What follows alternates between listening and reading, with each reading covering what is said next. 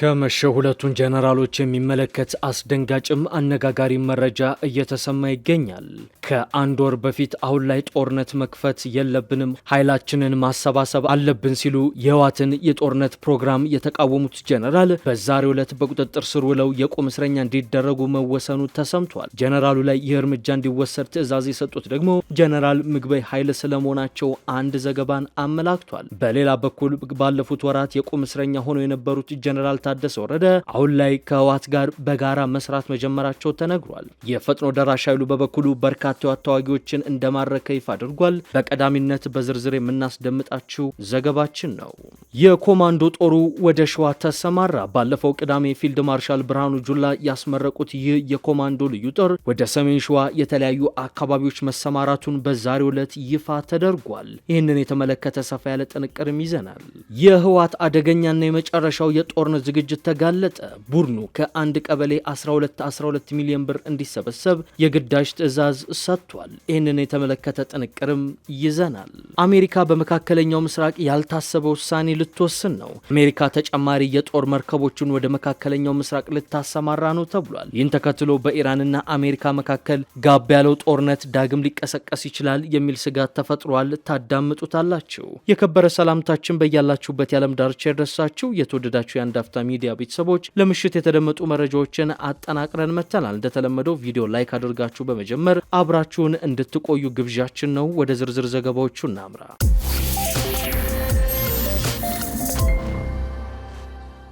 ማምሻውን ሁለቱን ጀነራሎች የተመለከተ ጥብቅ አነጋጋሪ መረጃ ተሰምቷል። ከወራት በፊት የህወሓትን የጦርነት እቅድና ፕሮግራም የተቃወሙት ጀነራል በዛሬው ዕለት በቁጥጥር ስር እንደዋሉ ተሰምቷል። ጀነራሉ ላይ ይህ እርምጃ እንዲወሰድ ትዕዛዝ የሰጡት ደግሞ ጀነራል ምግበይ ኃይለ መሆናቸው ተሰምቷል። የፈጥኖ ደራሽ ኃይሉ በበኩሉ በርካታ የህወሓት ተዋጊዎችን ማረክ ያለው ሲል ዛሬ አሳውቋል።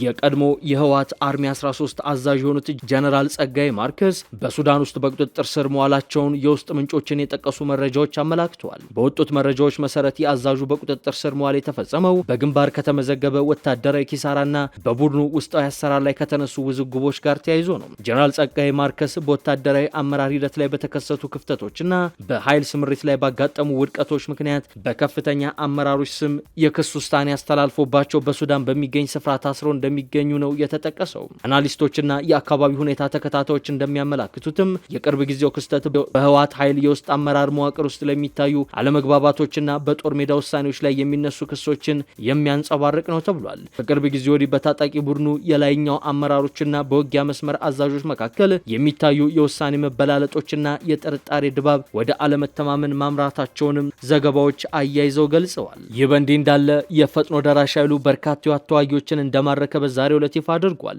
በሱዳን የብሉ ናይል ግዛት ዋና ከተማ በሆነችው ደማዚን አቅራቢያ በሱዳን መደበኛ ጦርና በፈጥኖ ድጋፍ ኃይሎች መካከል ከትናንት ጀምሮ እጅግ ከባድ ውጊያ እየተካሄደ ነው። የሱዳን ፈጥኖ ደራሽ ኃይል በሰጠው መግለጫ በሱዳን ጦር ጎን ተሰልፈው ይዋጉ የነበሩና በህወሓት ተልከዋል ያላቸው ታጣቂዎች ላይ ከፍተኛ ጉዳት አድርሻለሁ ሲል ይፋ አድርጓል። ከዚሁ ጋር ተያይዞ ጠቅላይ ሚኒስትር አብይ አህመድ በህዝብ ተወካዮች ምክር ቤት ባደረጉት ንግግር ህወሓት የትግራይ ተወላጆችን ለባዕድ ኃይሎች በዶላር እየሸጠና ለማይመለከታቸው ጦርነት አጋልጦ እየሰጠ ነው ሲሉ መናገራቸው የሚዘነጋ አይደለም።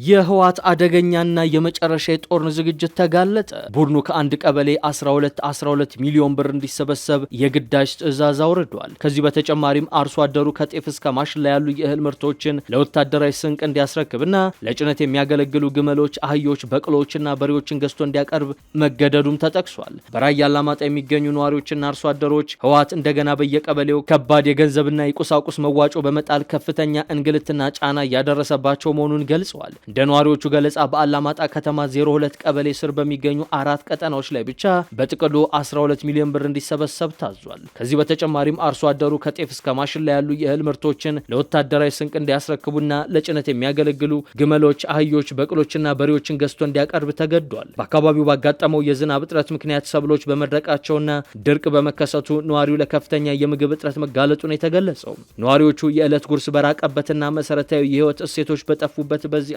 አስቸጋሪ ወቅት ይህንን ያህል ክፍያ ለመክፈል አቅም የሌላቸው መሆኑን ለአካባቢው አመራሮች ቢያስረዱም ትዕዛዙ ከላይ የመጣ በመሆኑ ግዴታ ነው መዋጮውን ማቅረብ አለባቸው የሚል ምላሽ እንደተሰጣቸው ለጀርመን ድምጽ ተናግሯል። መዋጮውን የማያወጡ ነዋሪዎችና አርሶ አደሮች እስከ 5000 ብር የሚደርስ የገንዘብ ቅጣት ወይንም የፍርድ ቤት እገዳ እንደሚጣልባቸውም ዘገባው ጠቅሷል። ከገንዘብና እህል ስብሰባው ጎን ለጎን በውጊያ ወቅት ተጎጂዎችን የሚያነሱ ሰዎች ምርጫ መካሄዱ የተገለጸ ሲሆን ይህም በስፍራው የህወሓትን የጦርነት ዝግጅት ከፍተኛ ደረጃ ላይ መድረሱን እንደሚያሳይ ዶቼ ቬለ ዘግቧል።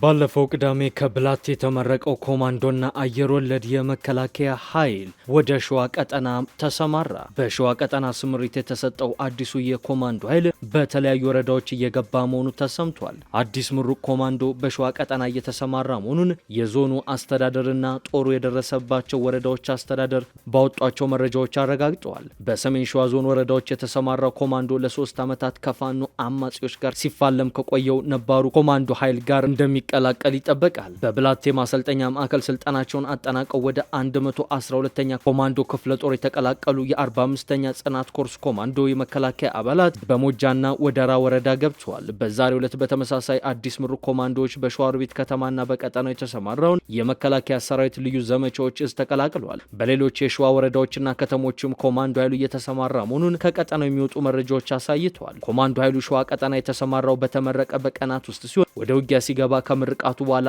1 ሳምንት አላስቆጠረም። ይህ የኮማንዶ ኃይል የተመረቀው የጦር ኃይሎች ጠቅላይ ኢታማዦር ሹም ፊልድ ማርሻል ብርሃኑ ጁላ በተገኙበት ሲሆን በወቅቱም ፊልድ ማርሻሉ ባደረጉት ንግግር እየሰራን ያለነው ሀገር ለማፍረስ የሚተጉ ጽንፈኛና ነውጠኞችን ለመመከት ነው ሲሉ መናገራቸውን ዘግበን ነበር። የባዕድ ተላላኪዎች ጠመንጃ አገር ያፈርሳል ያሉት ፊልድ ማርሻሉ እኛ ደግሞ እየሰራን ያለነው ሀገር ለማፍረስ የሚተጉ ጽንፈኛና ነውጠኞችን መመከት ነው ብለዋል። ኮማንዶ ኃይሉ የተመረቀው ለወራት ከእይታ ተሰውሮ የቆዩት ምክትል ጠቅላይ ኤታማዦር ሹም ጀነራል አበባው ታደሰ በተገኙበትም ነበር። 3 ዓመታት ባስቆጠረው የመንግስት ኃይሎችና የፋኖ አማጺዎች ግጭት በሸዋ ቀጠና በተደጋጋሚ ተጨማሪ ኮማንዶ ኃይል መግባቱ ይታወቃል። ከአዲስ አበባ በቅርብ ርቀት ላይ በክልሉ በተለይም በሰሜን ሸዋ የሚንቀሳቀሱ የፋኖ አማጺ ኃይሎች የሚዋጋው የአየር ወለድና ኮማንዶ ኃይል ሲሆን ቀጠናው ከባድ ውጊያዎች ከሚካሄድባቸው የክልሉ አካባቢዎች መካከልም የሚጠቀስ ነው። ይህ ኮማንዶ ኃይሉና የፋኖ አማጺዎች ከ3 ዓመት በላይ የተናነቁበት ቀጠና አሁንም ከባድ ፍልሚያ ማስተናገዱን እንደቀጠለ ነው። ባለፉት 3 ዓመታት በተካሄዱ ውጊያዎች በሁለቱም ወገኖች በኩል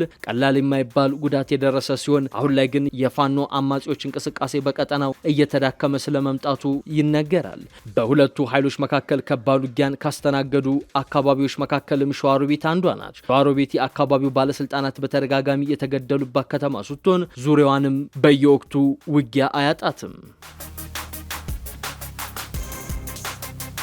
ከውስጥም ከውጭም የተቃጣውን ጥቃት አክሽፈኗል ሲሉ የፌዴራል ፖሊስ አዛዥ ይፋ አደረጉ። የፌዴራል ፖሊስ ኮሚሽነሩ ከክልሉ ከፍተኛ የፖሊስ አዛዦች ጋር ጥብቅ የደህንነት ስብሰባ ማድረጋቸው ታውቋል። የኢትዮጵያ ፌዴራል ፖሊስ፣ መከላከያ ሰራዊት፣ የክልልና የከተማ አስተዳደር የጸጥታ አካላት መካከል በተፈጠረ ጠንካራ ቅንጅት ከውስጥና ከውጭ የተሸረቡ የጥፋት ሴራዎችን ማክሸፍ ተችሏል ሲሉ የኢትዮጵያ ፌዴራል ፖሊስ ጠቅላይ አዛዥ ኮሚሽነር ጀነራል ደንበላሽ ገብረ ሚካኤል ገልጸዋል። የተገለጸው በዛሬው ዕለት እየተካሄደ በሚገኘው የኢትዮጵያ ፖሊስ ኮሚሽነሮችና የሰላምና ጸጥታ ኃላፊዎች ሀገራዊ የጋራ የጸጥታ መድረክ ላይ ነው። በመድረኩ የኢትዮጵያ ፌዴራል ፖሊስ ምክትል ኮሚሽነር ጀነራሎችና ሌሎች ከፍተኛ አመራሮች፣ የክልልና የሁለቱ ከተማ አስተዳደር የፖሊስ ኮሚሽነሮች እንዲሁም የሰላምና ጸጥታ ኃላፊዎች ተገኝተዋል። በመድረኩ መክፈቻ ላይ ንግግር ያደረጉት የኢትዮጵያ ፌዴራል ፖሊስ ጠቅላይ አዛዥ ኮሚሽነር ጀነራል ደመላሽ ገብረ ሚካኤል ሁልጊዜም ኢትዮጵያ በችግር እንድትቆይና ሰላሟ እንዲናጋ የሚሹ የውስጥና የውጭ ጠላቶች በርካታ ሴራዎችን ሲያቅዱ ቆይተዋል ብለዋል። ነገር ግን የፖሊስ ሰራዊቱ፣ ሚሊሻው፣ የመከላከያ ሰራዊቱና ሌሎች የጸጥታ አካላት ከህዝቡ ጋር ተቀናጅተው በመስራታቸው ህይወታቸውን ጭምር በመክፈል ባሳዩት ተጋድሎ ሴራዎችን በማምከን የሀገርን ሰላምና ደህንነት አስጠብቀናልም ይላል። በዚህም የተቀናጀ ጥረት ከ50 ሚሊዮን በላይ ህዝብ የተሳተፈበት 7ኛው አገራዊ ምርጫ ሙሉ በሙሉ በሰላም እንዲጠናቀቅ ተደርጎ በሀገር ውስጥና በዓለም አቀፍ ደረጃ ታሪካዊና በአርአያነት የሚጠቀስ ትልቅ የጸጥታ ድል አስመዝግበናልም ይላሉ። ይቀጥሉና የጸጥታ መዋቅሩ አከናውኗል ባሉት ከፍተኛ ስራ የአፍሪካ ህብረት ጉባኤን ጨምሮ በርካታ ዓለም አቀፍ ኮንፈረንሶች፣ ታላላቅ ህዝባዊ መንግስታዊና ሃይማኖታዊ በዓላት ያለምንም የጸጥታ ስጋት በሰላም አከናውነናልን ብለዋል። ይህም ኢትዮጵያ በሚሊዮን የሚቆጠሩ የሀገር ውስጥና የውጭ ቱሪስቶች የሚጎበኟት መዳረሻ ከመሆኗ ባሻገር ለትላልቅ አህጉራዊና ዓለም አቀፋዊ ሁነቶች ተመራጭ ሀገር እንድትሆን አስችሏታልን ብለዋል። የጋራ መድረክ በ2018 የሥራ ዘመን የተከናወኑ የጸጥታ ማስከበር ስራዎችን ያጋጠሙ ክፍተቶችንም በጥልቀት በመገምገም በቀጣይም ሊያጋጥሙ የሚችሉ ሀገራዊ የጸጥታ ስጋቶችን ቀድሞ ለማክሸፍና ለሚመጡ ሀገራዊ ተልእኮች በጋራ ለመዘጋጀት ያለመ ስለመሆኑ ነው የፌዴራል ፖሊስ ያስታወቀው። ኮሚሽነር ጀነራል ደንበላሽ ገብረ ሚካኤል የኢትዮጵያን ጠላቶች ሴራ በማክሸፍ የሀገሪቱን ብልጽግና እውን ለማድረግና በቀጣይም የሚካሄዱ ትላልቅ ሀገራዊ ሁነቶችን በሰላም እንዲጠናቀቁ የጸጥታ አካላትና ህዝቡ ያላቸውን የተቀናጀ የጋራ ስራ አጠናክረው መቀጠል አለባቸው ሲሉም ትዕዛዝን ሰጥተዋል። ከኢራን ጋር ፍጥጫ ውስጥ የምትገኘው አሜሪካ 5000 የሰራዊት አባላትን የሚይዘውን ግዙፉን የባህር ኃይል አውሮፕላን ተሸካሚ መርከብ ዩኤስኤስ ቴዎዶር ሩዝቬልትን በተጨማሪነት ወደ መካከለኛው ምስራቅ ልታሰማራ መሆኑ ታውቋል። የአሜሪካ ባለስልጣናት እንዳስታወቁት ግዙፉ የጦር መርከብ በሚቀጥሉት ሳምንታት ወደ አካባቢው የሚያቀና ሲሆን ቢያንስ ለ7 ወራት መካከለኛው ምስራቅ ውስጥ ተሰማርቶ ይቆያል። ለወራት በዘለቀው ከኢራን ጋር በሚካሄደው ጦርነት ጫና ውስጥ የገባውና ዓለም አቀፍ ተልዕኮ ያለበት የአሜሪካ ባህር ኃይል በፋርስ ባህረ ሰላጤ ተሰማርተው ከነበሩ አባላቱ ጋር በተያያዘ ባለፉት ሳምንታት ትችቶች ሲቀርቡበት ነበር። በመካከለኛው ምስራቅ ከተቀመጠለት የጊዜ ገደብ በላይ 250 ቀናት የቆዩት ዩኤስኤስ አብርሃም ሊንከን የጦር መርከብ አባላት ጉዳይ በአሜሪካ ባለስልጣናት ላይ ወቀሳንም አስከትሏል። የተራዘመው የባህር ኃይል አባላቱ ስምሪት በአእምሮ ጤናቸው ላይ ችግር መፍጠሩ እንዲሁም የአቅርቦት እጥረት አጋጥሞት እንደነበርም ተገልጿል። በዚህም የተነሳ ራስን የማጥፋት ሙከራ እንደነበርም ሲኤንኤን ዘግቧል። ይህንንም ተከትሎ ዩኤስኤስ ጆርጅ ዋሽንግተን የተባለ የጦር መርከብ የሊንከንን ቦታ ተክቶ በባህረ ሰላጤው መሰማራቱን ቢቢሲ ዘግቧል። ይህ በእንዲህ እንዳለ የትራምፕ አስተዳደር ከሳውዲ አረቢያ ጋር የተደረሰውን የሰላማዊ ኒውክሌር ትብብር ስምምነት እንዲገመግም ለአሜሪካ ኮንግረስ አስተላልፏል። በስምምነቱ መሰረት ሳውዲ አረቢያ ለሰላማዊ አገልግሎት ለሚውለው የኒውክሌር ፕሮግራሟ የሚውል ዩራኒየም እንድታበለጽግ ይፈቀድላታል። ሆኖም አንድ የአሜሪካ አስተዳደር ባለስልጣን የምክር ቤቱን ዜናዎች ለሚከታተለው ዘሂል ለተባለ የመገናኛ ብዙሃን እንደተናገሩት ዶናልድ ትራምፕ ስምምነቱን ከፈረሙ በኋላ ያካተቱት ቅድመ ሁኔታ አሁንም በስራ ላይ ይገኛል ብለዋል። ባለስልጣኑ እንደሚሉት የአሜሪካው ፕሬዝዳንት አቋም አሁንም አልተቀየረም። ስምምነቱ ተግባራዊ የሚሆነው ሳውዲ አረቢያ የአብርሃም ስምምነትን ተቀብላ ከእስራኤል ጋር ግንኙነቷን በማሻሻል መደበኛ ሁኔታ ላይ ካደረሰች በኋላ ብቻ መሆኑንም ገልጿል። ይህ አሜሪካ ከሳውዲ ጋር የደረሰችው ስምምነት በመካከለኛው ምስራቅ የኒውክሌር ፉክክር እንዲፋጠን ያደርጋል የሚል ስጋትን አንብሯል። በተለይም አሜሪካ ባለፈው አንድ ዓመት ውስጥ በኢራን ላይ የወሰደችው ያለው ወታደራዊ እርምጃ ዋና ኢላማ ኢራን የኒውክሌር መሳሪያ እንዳትታጠቅ ማስቆምና በቀጠናው የኒውክሌር ፉክክርን መከላከል መሆኑን ስትገልጽ መቆየቷ የጉዳይ ይበልጥ ትኩረት እንዲስብ አድርጓል። በዓለም ላይ ዋነኛ ነዳጅ አምራች ከሆኑ ሀገራት መካከል አንዷ የሆነችው ሳውዲ አረቢያ የተለያዩ መስኮችን በማዘመን ከነዳጅ ጥገኝነት ነፃ ለመሆን በምታደርገው ጥረት የኒውክሌር ኃይል ማመንጫን ለመገንባት ጥረት እያደረገች እንደምትገኝ ነው ዘገባዎች የሚያመላክቱት። የተወደዳችሁ የአንድ አፍታ ሚዲያ ቤተሰቦች ለምሽት ያዝናቸው መረጃዎቻችን እነዚህን ይመስሉ ነበር። አብራችሁን ስለቆያችሁ እናመሰግናለን። መልካም ምሽት።